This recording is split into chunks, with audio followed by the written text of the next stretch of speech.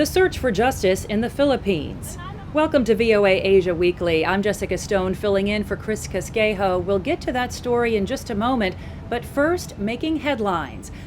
A U.S. soldier is believed to be in North Korean custody. U.S. Defense Secretary Lloyd Austin said on Tuesday that Travis T. King intentionally crossed the border into North Korea. He was facing military disciplinary measures and had been in detention in South Korea for about a month.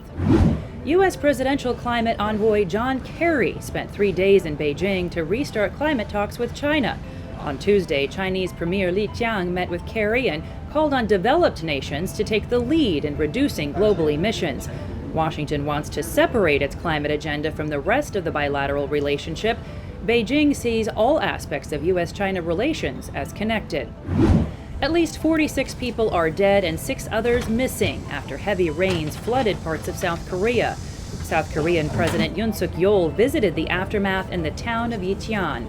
That's where 200 homes and around 150 roads have all been damaged or destroyed. Yoon met with evacuated residents and assured them of recovery support. After nearly 4 decades in power, Cambodian leader Hun Sen appears set to step down after this weekend's election. His son, Hun Manet, is expected to take over, although timing remains unclear. The last remaining opposition party has been barred from contesting the election. A list leaked to the Asia Times shows the ministers of Interior and Defense will also pass their jobs onto their sons.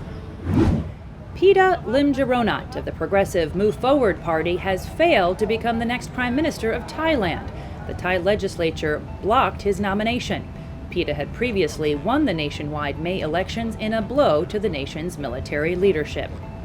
The International Criminal Court is moving ahead with an investigation into possible crimes against humanity connected to the drug war launched by former Philippine President Rodrigo Duterte. For VOA, Dave Grunebaum reports. Photos of victims killed during the Philippines' grisly war on drugs. So much more than numbers, real people with families in mourning. Leore Pasco lost 2 sons on the same day in May 2017, Juan Carlos and Crisanto. I cannot explain how painful, although it's already 6 years after he died, but still I, in my thinking, as if it's only yesterday that happened.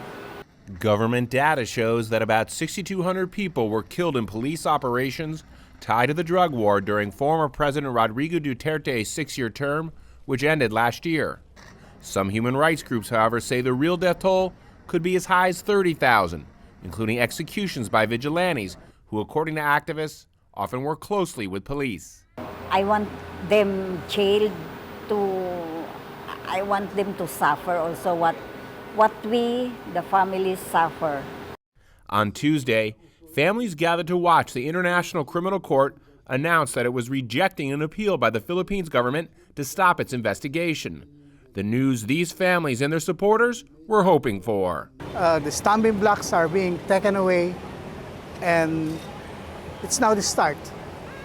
It's now the start of going against the past administration for their crimes. But the current administration of Philippines President Ferdinand Marcos Jr. has made it clear it has no intention of cooperating with the ICC. And even if Duterte were convicted, it's not certain he would serve time in jail. But these families in Pasco insist they will keep up their fight. Well, the message of today is the message of hope for the families, but we still have to do more. United due to tragedy, refusing to back down. Dave Grunebaum for VOA News, Quezon City, Philippines. And the final film of an Oscar-winning Japanese animation master is now in theaters across Japan. How Do You Live by director Hayao Miyazaki opened with little fanfare over the weekend, just in time for the start of school summer holidays in Japan. It's the story of a 15-year-old boy coping with the death of his mother. All the images are hand-drawn using vivid colors. No overseas release date has yet been announced. And you can visit voanews.com for the most up-to-date stories. I'm Jessica Stone. We'll see you next week.